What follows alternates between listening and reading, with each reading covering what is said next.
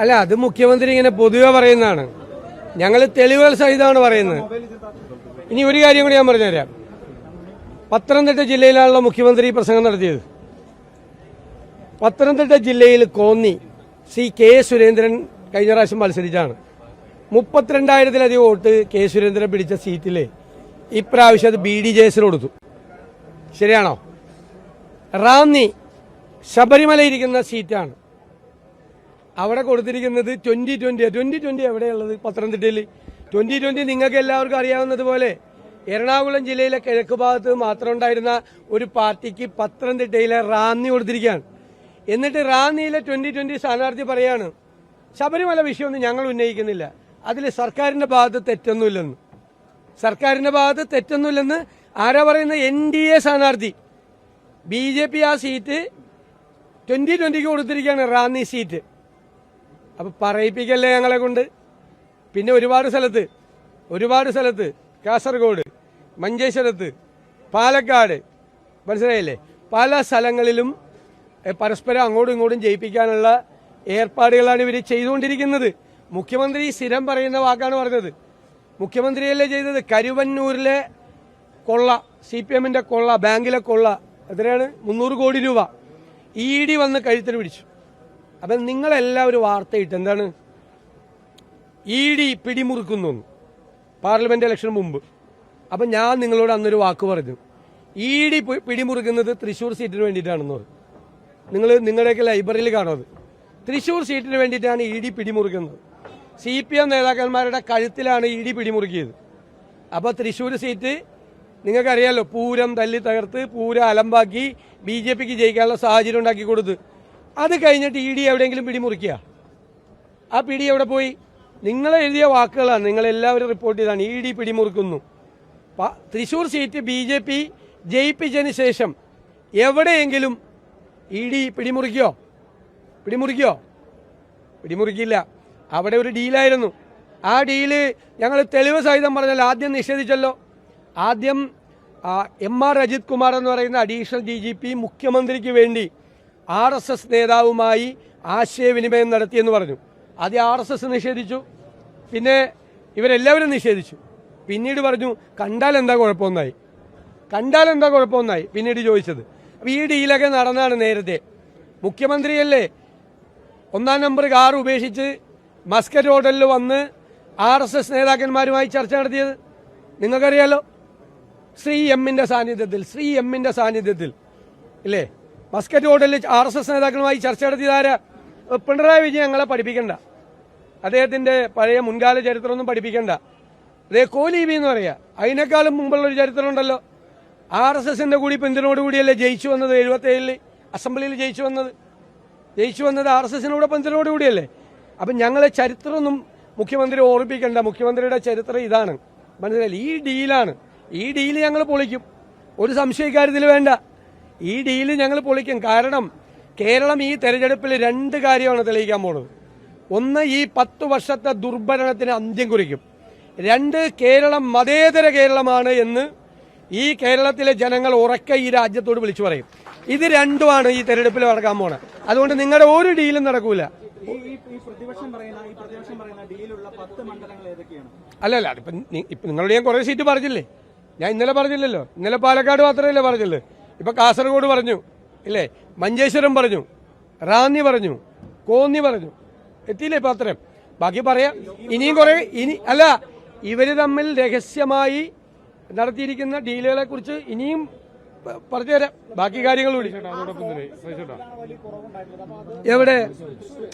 അതൊന്നും അല്ലല്ലോ അവിടെ നടന്നിരിക്കുന്നത്. എന്താണെന്നറിയാൻ പാടില്ലേ? അവിടെ നടന്നിരിക്കുന്നത് മുഴുവൻ CPM-ന്റെ കോട്ടകളിലല്ലേ വോട്ട് പോയത്. വോട്ടല്ല, അത് CPM-ന്റെ കോട്ടകളിലാണ് വോട്ട് കംപ്ലീറ്റ് പോയിരിക്കുന്നത്. നിങ്ങൾക്ക് കംപ്ലീറ്റ് ആയിട്ട് അറിയാലോ, അവിടുത്തെ കാര്യങ്ങൾ അറിയാലോ. അത് ഞങ്ങളെ വോട്ടല്ലല്ലോ പോയിരിക്കുന്നത്. അതെന്താണെന്നറിയാം? അത് ഈ BJP-യുമായി മത്സരിക്കുന്ന സമയത്ത് ഈ മൈനോറിറ്റി വോട്ടുകൾ BJP-യെ തോൽപ്പിക്കാൻ സാധ്യതയുള്ള സ്ഥാനാർത്ഥിക്ക് പോകും. അത് സുനിൽകുമാറിന് പോയിട്ടുണ്ട്. നിങ്ങൾ ഈ ബീച്ച് സൈഡിലുള്ള വോട്ടുകൾ ഞങ്ങൾ ഓരോ ബൂത്തും പരിശോധിച്ചാണ്. അത് സുനിൽകുമാറിനാണ് പോയത്. എന്നിട്ട് സുനിൽകുമാർ ജയിച്ചില്ല. ഞങ്ങൾക്ക് പരമ്പരാഗതമായി കിട്ടിക്കൊണ്ടിരിക്കുന്ന വോട്ടുകളും മറ്റ് പാർലമെന്റ് കോൺസ്റ്റിറ്റ്യുവൻസിയിലും ഞങ്ങൾക്ക് കിട്ടിക്കൊണ്ടിരിക്കുന്ന വോട്ടുകൾ ഞങ്ങൾക്ക് നഷ്ടപ്പെട്ടിട്ടുണ്ട് അവിടെ തൃശ്ശൂരിൽ. കാരണം എന്ന് വെച്ച് കഴിഞ്ഞാൽ BJPയുമായിട്ടുള്ള മത്സരം വന്നു കഴിഞ്ഞപ്പോൾ LDF സ്ഥാനാർത്ഥിക്ക് മുൻതൂക്കം വന്നു. അപ്പോൾ LDF സ്ഥാനാർത്ഥിക്ക് ഇപ്പോൾ നേമത്ത് കഴിഞ്ഞ പ്രാവശ്യം മത്സരം വന്നപ്പോൾ മൈനോറിറ്റി വോട്ട് K മുരളീധരനാണ് കിട്ടേണ്ടിയിരുന്നത്. പക്ഷേ ജയിക്കാൻ സാധ്യത V ശിവൻകുട്ടിയാണെന്ന് കണ്ടു കഴിഞ്ഞപ്പോൾ ആ വോട്ടുകൾ BJP വിരുദ്ധ വോട്ടുകൾ, ഞാൻ മൈനോറിറ്റി വോട്ടൊന്നല്ല, BJP വിരുദ്ധ വോട്ടുകൾ പോയത് ശിവൻകുട്ടിക്ക് പോയി. ഞങ്ങൾ കൂടി കിട്ടേണ്ട വോട്ട് ശിവൻകുട്ടിക്ക് പോയി. അത് നാച്ചുറലാണ്.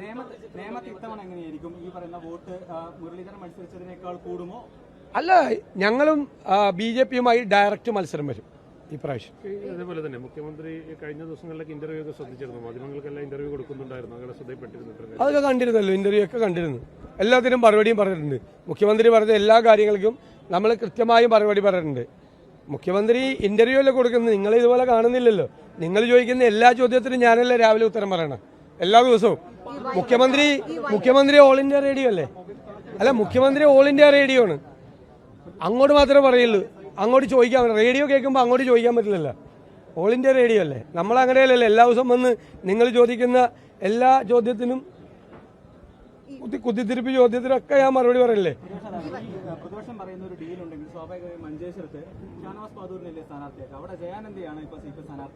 നിങ്ങളെ ജയാനന്ദ പാർട്ടിയിൽ കലാപമാണ് ജയാനന്ദ സ്ഥാനാർത്ഥിയാക്കിയിട്ട്. പാർട്ടിക്ക് പോലും സ്വീകാര്യത ഇല്ലാത്ത ഒരാളെ സ്ഥാനാർത്ഥിയാക്കി. അതാണ് അവിടുത്തെ കളി. പല സ്ഥലത്തും പല രീതിയാണ്. പാർട്ടിക്ക് പോലും സ്വീകാര്യത ഇല്ലാത്ത ആളെ നിങ്ങൾ ഈ കോന്നിയിലെ റാന്നിയിലേക്ക് എന്താ കേസ്? റാന്നിയില് 2020 അത് ഞങ്ങൾ ജയിക്കണ സീറ്റില്ല. ആരായിട്ട് ധാരണ? ഞാൻ പിന്നെ CPM ആയിട്ട് ധാരണ. ഞങ്ങൾ 100+. നിങ്ങൾ നോക്കിക്കോ. ഞാൻ ഇതിനു മുമ്പല്ല എല്ലാ പ്രവചനങ്ങളും നടത്തിയപ്പോൾ നിങ്ങൾ ഉള്ളിലെങ്കിലും ചിരിച്ചിട്ടുണ്ട്. 20,000-നും 25,000-നും വോട്ട് ഇടയിലാണ് തൃക്കാക്കരയിൽ പറഞ്ഞത്. 25,000 വോട്ട് കിട്ടിയ നിങ്ങളുണ്ടായില്ല ചോദിക്കാൻ? കിട്ടിയ വിസ്മയകരമായ ഭൂരിപക്ഷം പുതുപ്പള്ളി പറഞ്ഞു. അപ്പോൾ നിങ്ങൾ അവസാനത്തെ ദിവസം ചോദിച്ചു എന്താ വിസ്മയം? ഞാൻ ഉമ്മൻചാണ്ടിക്ക് കിട്ടിയ ഏറ്റവും വലിയ ഭൂരിപക്ഷം 33,000ആണ്. ഇത് 35-ന് മീതെ പോകുമെന്ന് പറഞ്ഞു. 37 കിട്ടിയ പുതുപ്പള്ളിയിൽ. പാലക്കാട് എന്താ പറഞ്ഞത്? 15,000ആണ് കിട്ടേണ്ടത്. പക്ഷെ CPM ഒരുപാട് വൃത്തികേടുകൾ കാണിച്ചുകൊണ്ട് 15,000-ന് മീതെ പോകുമെന്ന് പറഞ്ഞു. പറഞ്ഞ കേൾക്ക്, അല്ല മുഴുവൻ കേൾക്ക്, ചോദിച്ചാൽ മാത്രം പോരല്ല, കേൾക്കണ്ടേ? അത് 18 എത്തി. ആണോ? 7% വോട്ടിന്റെ ഭൂരിപക്ഷത്തിൽ ജയിക്കുമെന്ന് പറഞ്ഞു നിലമ്പൂര്. പറഞ്ഞോ? 7% വെച്ചാൽ 12,000 വോട്ടാ. 11,000 ജില്ലാണ് വോട്ടിന് ജയിച്ചു. ശരിയാണല്ലോ. 17 മുതൽ 19 വരെ സീറ്റ് കിട്ടാൻ സാധ്യതയുണ്ടെന്ന് പറഞ്ഞു പാർലമെന്റിൽ. നിങ്ങളിതൊക്കെ നോക്കിക്കോ, ഇതൊക്കെ പറഞ്ഞേക്കണേ. നേരത്തെ 18 കിട്ടി. ലോക്കൽ ബോഡി ഇലക്ഷനിൽ നിങ്ങളോട് പറഞ്ഞു 4 കോർപ്പറേഷൻ ഉറപ്പാന്ന് പറഞ്ഞു. കിട്ടിയോ? 4 കോർപ്പറേഷൻ. 7 ജില്ലാ പഞ്ചായത്ത് ഉറപ്പാണ്. ചിലപ്പോൾ 8-9 കിട്ടുമെന്ന് പറഞ്ഞു. ശരിയാണ്. 8ാമത്തത് കാസർഗോഡ് 1 സീറ്റിന് പോയി. 9ാമത്തെ തിരുവനന്തപുരം 2 സീറ്റിന് പോയി. 55% ഗ്രാമപഞ്ചായത്ത് കിട്ടുമെന്ന് പറഞ്ഞു. 59 കിട്ടി. 60% മുനിസിപ്പാലിറ്റി കിട്ടുമെന്ന് പറഞ്ഞു. 64 കിട്ടി. അതൊക്കെ ഒന്ന് എടുത്ത് നോക്ക്. അതുപോലെ തന്നെയാണ് പറയുന്നത് 100-ൽ കൂടുതൽ സീറ്റ് കിട്ടും.